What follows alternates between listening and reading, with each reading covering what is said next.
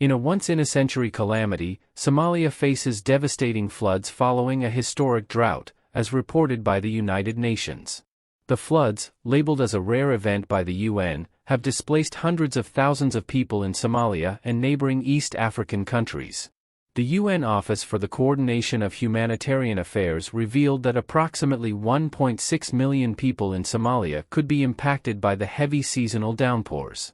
This dire situation is exacerbated by the convergence of two climate phenomena, El Niño and the Indian Ocean dipole, intensifying the effects of the heavy rains.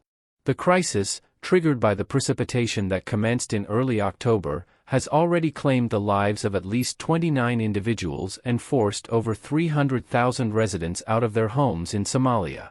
Moreover, towns and villages across northern Kenya have been submerged under the rising floodwaters. The floods have not spared camps housing those displaced by an Islamist insurgency and a severe drought, marking a second evacuation for the affected population, according to aid groups. The extensive displacement, escalating humanitarian needs, and the substantial destruction of property are anticipated to persist, with OCHA warning that approximately 1.5 million hectares, 3.70 million acres, of farmland could be devastated.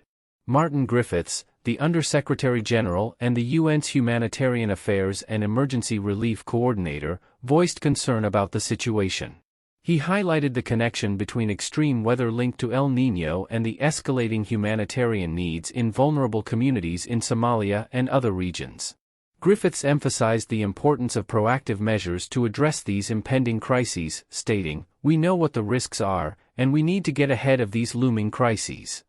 The call to action comes as East Africa grapples with the profound impact of the unprecedented flooding, urging swift and effective responses to alleviate the suffering of those affected.